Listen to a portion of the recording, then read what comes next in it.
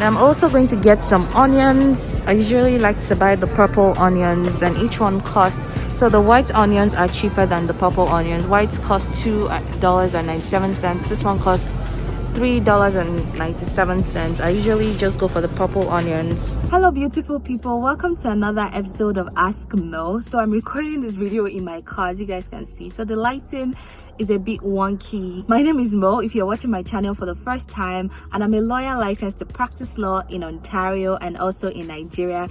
I create content for internationally trained lawyers who are looking to requalify and practice law in Canada. I also create content for graduate students and for new immigrants who are looking to succeed in Canada. Please note that whatever I say in this video is not legal advice. So in today's video, I'm going to be talking about the cost of living for a working professional in Canada. Now, I'm based in London, Ontario, and London, Ontario is a smaller city compared to bigger cities like Toronto. So I'm going to be talking about the cost of living in London because I live in London. So I figured instead of sitting in front of a camera and just telling you guys how much these things cost, why not show you guys? So I'm going shopping today. I'm going grocery shopping today. I just got back from church and I'm running a few errands. So I'm going to take you guys on a tour and show you how much these things cost, and also tell you how much an individual might spend on an average in London on groceries. And so you can always use that to compare, you know, with other cities as well. I did most of my shopping 2 weeks ago, so I won't be doing a lot of shopping today. My shopping today, grocery shopping today, will be very minimal, but it will give you guys an idea of how much things cost. And then I'm also going to be getting gas for my car to give you guys an idea of how much you might need to spend per month on a car. Now let's go shopping. I'm just going to the African store. It's called the African and Caribbean Food Market here in London to get some plantain.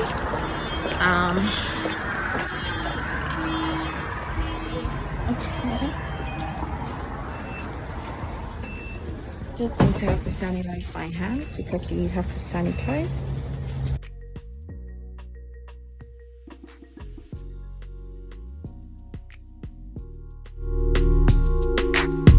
Yeah, so I'm here to grab some plantain. Looking for unripe plantain. They have so many variety of African food. Just going to grab some of these.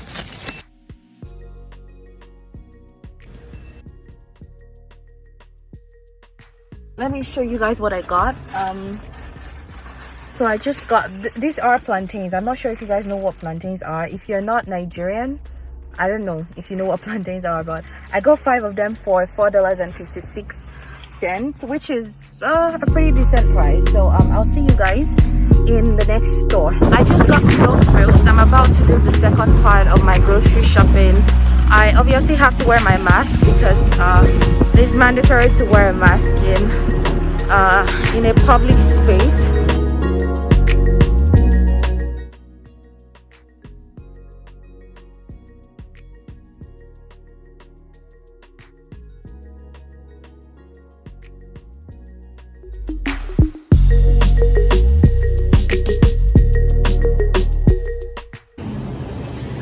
So I need to get some bell pepper.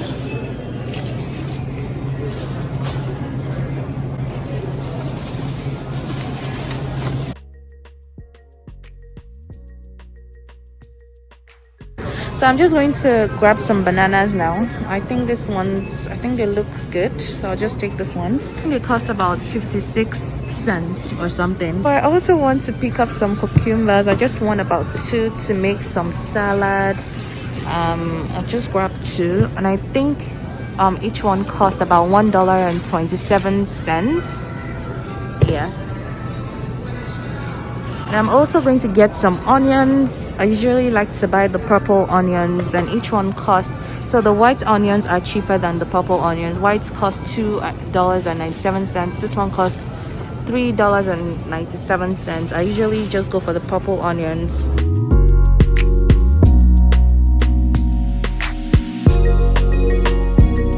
I also need to get some chicken wings. So I think I'll just go for this one. But the price is $8.36. and the other one is $8.32. So I'm just going to grab just 2 of them.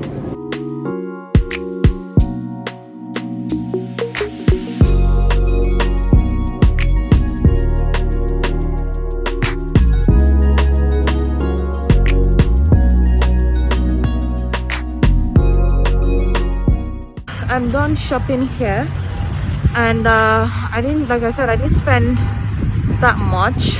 I got plantains at first for about $5, and here I spent $29. So I spent about maybe $34 on groceries today. But on an average, an individual would spend sometimes about $150 on groceries per month, or $200. If you're a family of 5 or 4, you know you're going to be spending way more than that. So it depends on how many people are in the family, or like how much food you eat. I just got to the gas station now. I'm about to buy gas, and I'll just give you guys a little background about my car. I drive a Toyota, and it is very, very gas efficient. So if you're a new immigrant and you're not sure of the type of car to buy when you move to Canada, even if you're in Canada and you're still not sure about what type of car to buy, I would recommend buying a Toyota, because it is very, very gas efficient. So in a month I spend about $80 buying gas. Since COVID started, I've been spending less because I now work from home, so I don't need to spend that much. If you're not using a Toyota, if you're using another car that uses up a lot of gas, you might be spending $120 per month or $100 per month.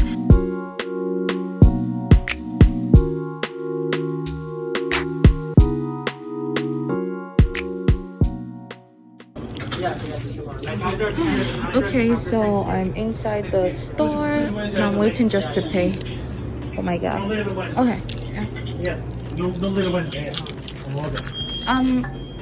5? Yeah. Anything else? No, that's it. So Cash? yeah, cash. $14.90. Yes, and do 10 cents. Thank you.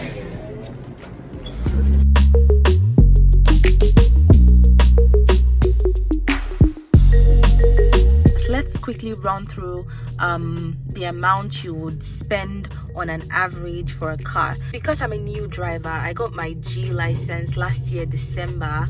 I pay about 270 something for insurance. Now insurance is different in every city. It's higher in some cities and it's lesser in some cities, so it depends on the city which you're in. But if you are a more experienced driver, if you have, let's say, 5 years of experience, or even just more than 1 year, you will pay less. You might pay less. So I know people who have been driving for maybe 3-4 years and they pay about $200 for insurance. So it depends on your driving experience. When I started driving, I only had my G2 and I paid about $303 or $5 per month for insurance. So that is one cost, insurance. Now if you're buying your car upfront, that's good. You don't have to pay any cost per month. But if you're leasing the car, if you're financing the car, you have to pay a monthly fee. If you are leasing the car, that's a different ball game entirely. If you're leasing the car, it's as if you are renting a house, you know, so the car doesn't belong to you. You're just using it for a particular time. And I think if you need to upgrade, there are some options for you to upgrade and all of that.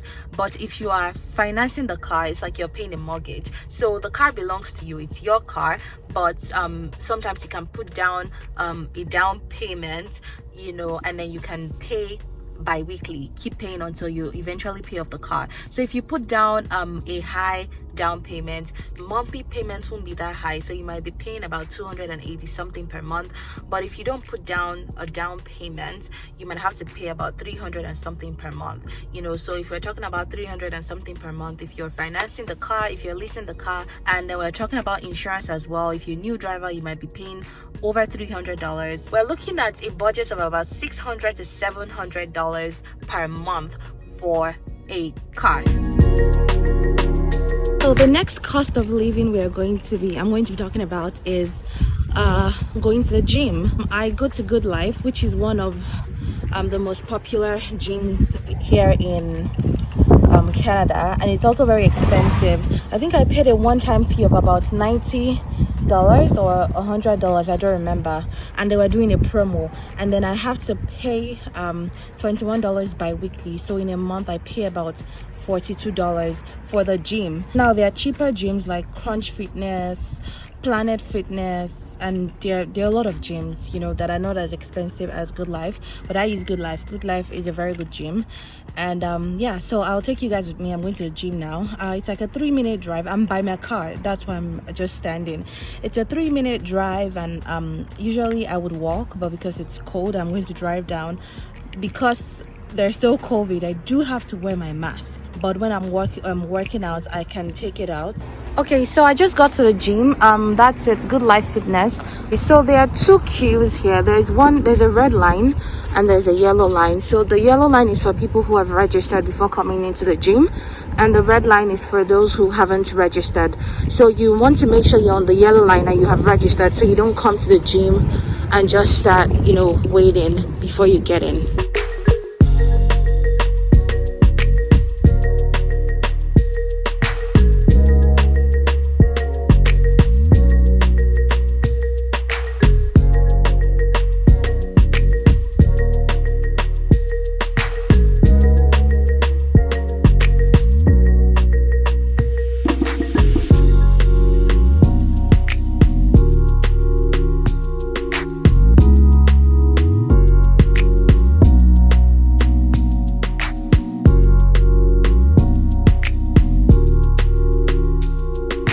I came to the washroom and there are a lot of people in the gym. I can't take off my face mask. It's so busy, really busy. Yeah, so the gym has become very stressful. Before you can use any equipment, you have to wipe down, and once you're done, you also have to wipe down. So it's the most stressful thing ever. I usually work out for about an hour, and once I'm done, I just head out.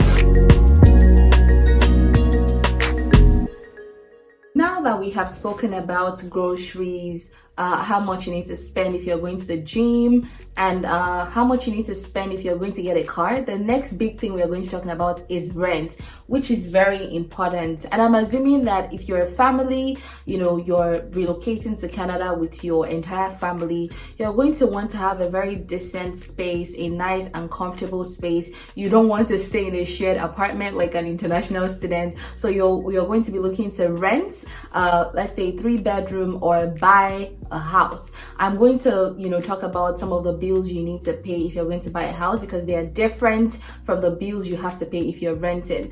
Now, if you're going to rent a 3-bedroom in London, Ontario, which is a smaller city, but on an average about $2,000. There are 3 bedrooms that are more expensive. I've seen a 3-bedroom in London that was being rented for $3,000. Again, it depends on the location. Now, if you're looking to rent in a bigger city like Toronto, Vancouver, you should be getting ready to drop that moolah. So I would say budget maybe $3,000 or so. I don't know what is going on in Toronto, but I'm using London as my case study because I live in London. Do not forget that you would have to pay for internet, for utilities, and for some other things as well. If you're going to buy a house, you need to remember that the bills for buying a house are different. First of all, you're going to pay your mortgage, which will cost about $1,700 to about $2,000. It depends on the type of house you're buying. It depends on the price of the house. I'm not going to go into the details of buying a house in this video. I'm just going to be telling you how much the bills will cost. If you're going to buy a condo, you should be getting ready to pay condo fees for about $180 to about $200 per month. Again, it depends on the house. If it's a new condo or an old condo, if you're buying a house like a single detached, you don't have to pay condo fees.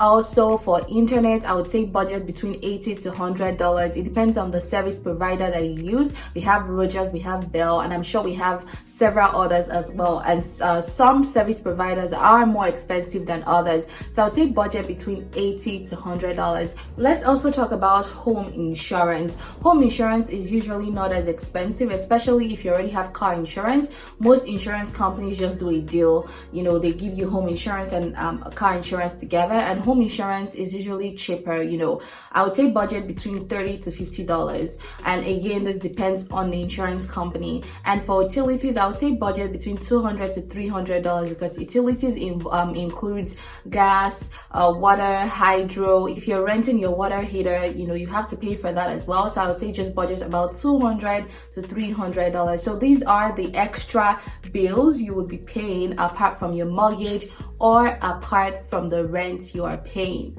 The next thing I want to talk about is phone bill. And now this depends on if you already have your own phone or you're going to get a phone on contract with the service provider or the phone provider. If you already have your own phone, it's way cheaper. I would say budget about $50 to $60. Or if you're getting the phone on contract, it's more expensive. It also depends on the type of phone you're getting. If you're getting the latest iPhone or the latest Samsung phone, I would say budget about $100 per month because you are paying for the phone and you're also paying for the service provider as well to be able to call around. I use Virgin, and Virgin is actually one of the most expensive providers in Canada or Ontario. There are cheaper service providers like Fido, Freedom. I would say shop around and just see what works for you. The next bill we are going to be talking about is insurance.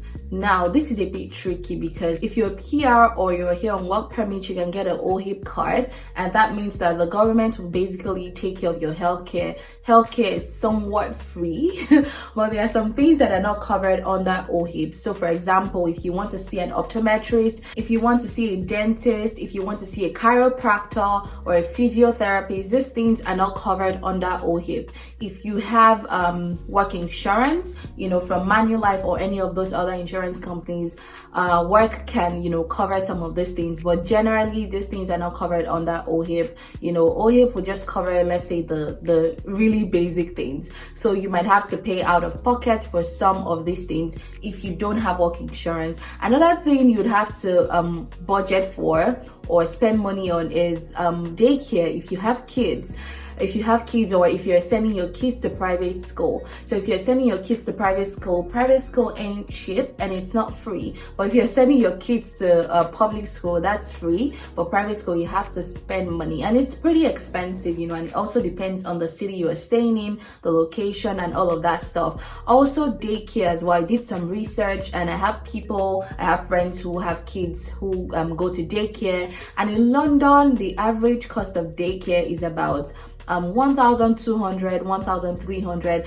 But in Toronto, obviously Toronto is usually more expensive. It's about $2,000. Now, the government can subsidize these amounts and it depends on how much you make. So if you're a high income earner, you might not be able to get that daycare fee subsidized, but if you're a low income earner, the government might be able to subsidize these daycare fees. So basically, those are like the major things you will need to spend money on per month, as a new family. I should also mention that if you're unable to finance a car or lease a car or get a car and you just need to move around, you can always rent a car. Now, if you have a license from your home country, I think you should be able to drive in Ontario for maybe 60 days or so. Don't quote me, I'm not sure, but I know you can drive for an amount of time, and also if you have a lot of driving experience from your home country, you can come into Ontario, write the G1, you can skip the G2 and just write the G, get your license quickly so you can start driving.